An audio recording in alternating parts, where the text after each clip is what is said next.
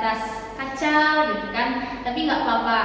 Kita bersyukur kita masih bisa diberikan kesempatan untuk tetap beribadah sekolah minggu meskipun dalam masa online atau virtual. Nggak apa-apa ya adik-adik ya. Nah, kakak akan berbagi cerita pada minggu hari ini. Cuma sebelum itu adik-adik kakak mau tanya, sudah siap gak Alkitabnya? Sudah siap gak pikirannya? Sudah siap gak hatinya untuk menyambut firman Tuhan? Kalau sudah, kakak ajak adik-adik untuk kita bersatu di dalam doa. Lipat tangannya, tutup matanya, tundukkan kepalanya, kita berdoa. Kami bersyukur Tuhan Yesus atas berkat yang Tuhan berikan dalam kehidupan kami. Anak-anak-Mu saat ini Tuhan dapat melayani-Mu, dapat memuliakan nama-Mu lewat pujian penyembahan, lewat ibadah online ini. Tiba saatnya Tuhan kami mendengarkan firman-Mu, biarlah Tuhan Yesus Engkau penuhi hati kami dengan Roh Kudus untuk dapat memahami setiap firman yang kami dengarkan, setiap cerita yang akan kami dengarkan Tuhan. Dan biarlah menjadi kekuatan, biarlah menjadi pedoman kehidupan kami nantinya Tuhan. Terima kasih Tuhan Yesus, di dalam nama Tuhan Yesus kami berdoa dan mengucap syukur. Amin. Nah adik-adik, hari ini Minggu tanggal 13 Maret 2022, kakak berbagi cerita dari firman Tuhan itu terambil dalam 2 Raja-Raja, pasalnya yang keempat, ayatnya yang ke-42 sampai ayatnya yang ke-44. Kakak ulang, 2 Raja-Raja pasalnya yang keempat, ayatnya yang ke-42 sampai ayatnya yang ke-44. Sudah dibuka? Kalau sudah, sama-sama dan keras-keras kita mengucapkan amin. Nah, oke, sampai ke sini kedengarannya. Wow, luar biasa. Oke adik-adik, kita sama-sama membacanya yuk. 1, 2, 3. Datanglah seorang dari Baal Salisa dengan membawa bagi abdi Allah roti puluh hasil, yaitu 20 roti jelai serta gandum baru dalam sebuah kantong. Lalu berkatalah Elisa, berilah itu kepada orang-orang ini supaya mereka makan. Tetapi pelayan itu berkata, bagaimana aku dapat menghidangkan ini di depan 100 orang? Jawabnya, berikanlah kepada orang-orang itu supaya mereka makan, sebab beginilah firman Tuhan, orang akan makan bahkan ada sisanya. Lalu hidangkanlah di depan mereka, maka makanlah mereka dan ada sisanya, sesuai dengan firman Tuhan. Beginilah firman Tuhan adik-adik. Kakak sebelum mau masuk ke firman Tuhan, sebelum mau masuk ke cerita Tuhan, kakak ajak adik-adik untuk membaca perikop atas atau judul atasnya. Yuk sama-sama kita baca. 1, 2, 3. Memberi makan 100 orang. Wow, memberi makan 100 orang. Luar biasa. 100 orang. Oke adik-adik, di dalam cerita atau yang terambil dalam part 3 ayat ini, dari ayat yang ke-42 sampai ayat yang ke-44, ada satu nama yang tertulis. Siapa adik-adik? Elisa. Nama tokoh Alkitab yang namanya Elisa. Ada yang kenal nggak adik-adik sama Elisa? Siapa ya? Apa yang dia lakukan? Nah, sebelum itu adik-adik, kakak mau jelasin nih, atau mau ceritakan dulu nih, siapa sih Elisa? Nah, Elisa, dia adalah seorang yang sangat biasa pada awalnya. Biasa sekali, orang biasa kayak kita. Nah, kayak kita orang biasa, tapi dia mengikut satu orang nabi yang namanya Nabi Elia. Jadi Nabi Elia ini kemanapun Nabi Elia pergi, kemanapun Nabi Elia mengajar, kemanapun Nabi Elia berkelana, si Elisa ini tetap selalu setia, tetap selalu mengikuti Nabi Elia. Dan pada suatu saat adik-adik, Nabi Elia ini naik ke surga. Ketika naik ke surga, dia menurunkan atau memberikan jubahnya sebagai seorang nabi kepada si Elisa. Nah, pada saat itu juga adik-adik, Elisa diangkat menjadi seorang nabi. Ketika tugasnya Elia diturunkan ke Nabi Elisa. Nah, begitu adik-adik awal ceritanya. Awal ceritanya si Elisa ini adalah dia orang biasa dan dia menjadi seorang nabi. Nah, setelah dia menjadi seorang nabi, banyak hal yang terjadi di bangsa Israel. Banyak hal yang dia perbuat, mukjizat-mukjizat sederhana. sampai dia menyembuhkan orang, membangkitkan orang yang sudah meninggal. Banyak sekali kejadian-kejadian yang luar biasa yang dipimpin oleh Tuhan melalui Nabi Elisa. Rencana-rencana Tuhan yang luar biasa itu dikerahkan atau terjadi melalui Nabi Elisa yang melakukannya. Nah, pada suatu saat adik-adik, nah kayak tadi sebelum kakak masuk nih, yang tadi nyanyian pujian yang kita dendangkan atau kumandangkan tadi sebelum masuk ke khotbah atau dengar cerita firman Tuhan. Nah, aman sakit kusta disuruh Elisa. Ya, itu adik-adik contoh hal yang dilakukan oleh seorang Elisa pada saat itu sebagai seorang nabi. Dia menyembuhkan seorang yang sangat sakit kusta. Kalau kusta itu kalau adik-adik tahu, dia kayak bentol-bentol tapi kayak bernanah gitu adik-adik. Dia di seluruh tubuhnya itu penuh dengan kusta. Akhirnya adik-adik si Elisa menyuruh si Naaman ini untuk berendam 7 kali di Sungai Yordan, dan apa yang terjadi? Naaman sembuh. Nah, contoh hal yang dilakukan oleh seorang Elisa pada saat itu adalah itu. Dia menyembuhkan orang, dia memberikan kesembuhan terhadap penyakit-penyakit yang ada pada saat itu. Nah, adik-adik, di dalam 3 ayat ini, apa sih yang dilakukan Elisa? Apa yang diperbuat Elisa?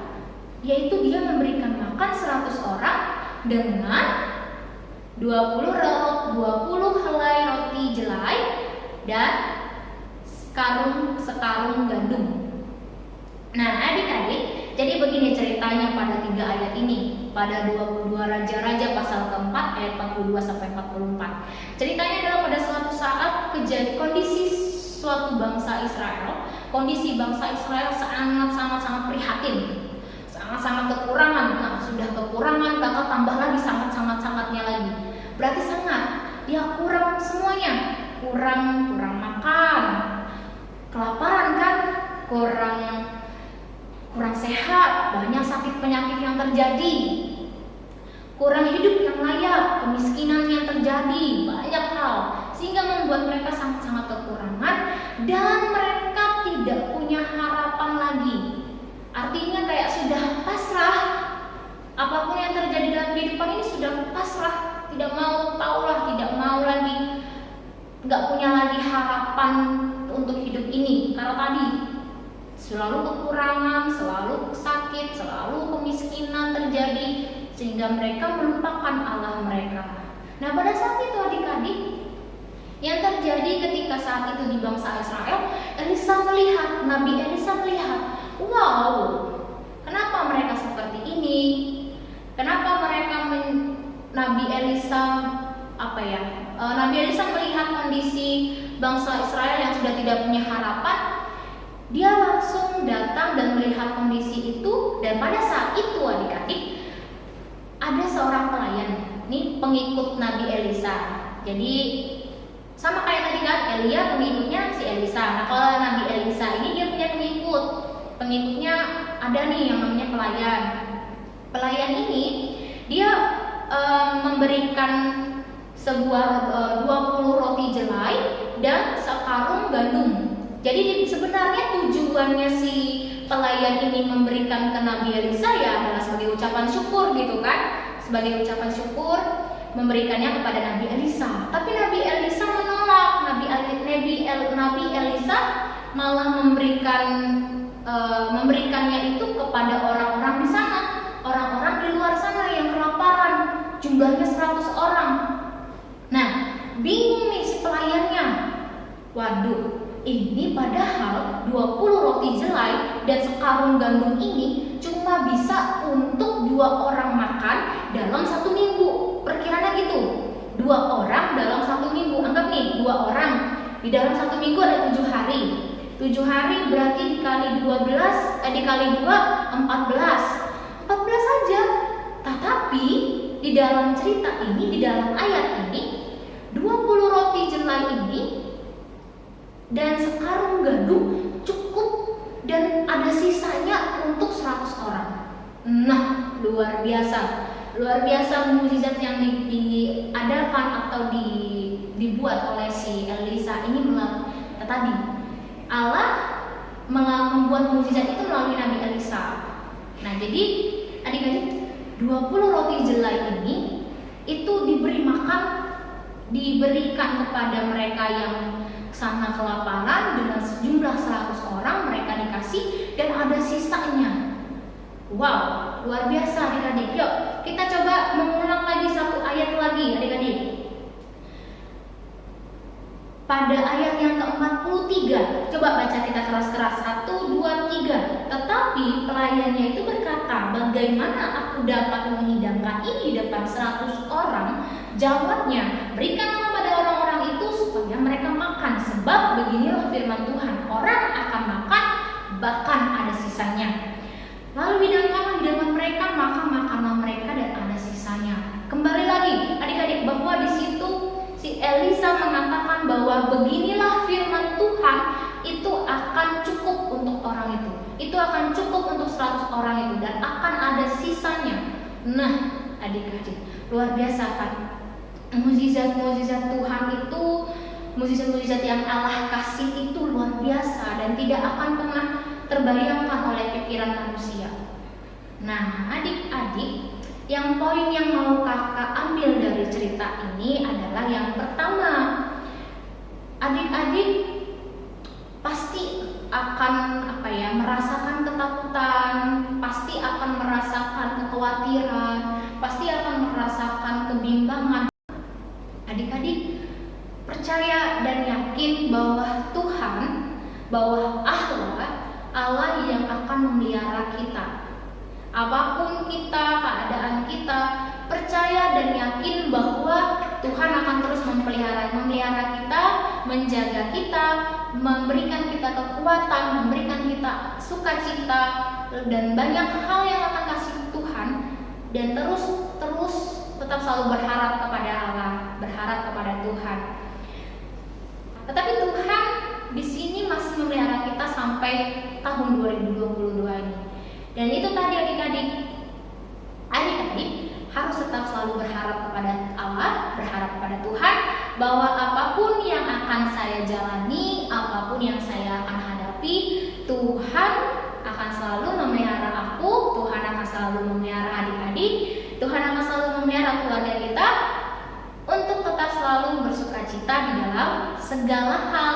Dan kita belajar dari seorang Nabi Elisa yang dia tetap yakin, dia tetap percaya bahwa ada harapan, bahwa ada hal yang akan terjadi yang luar biasa terhadap ketidakmampuan kita. Tadi ya bahasa Israel bahwa mereka tidak mampu banyak hal, tapi Tuhan masih memampukan mereka dengan tadi mukjizat-mukjizat yang diadakan oleh Elisa. Oke adik-adik, ini yang bisa kakak sampaikan. Kita ketemu lagi minggu depan, tapi sebelumnya kita bersatu di dalam doa.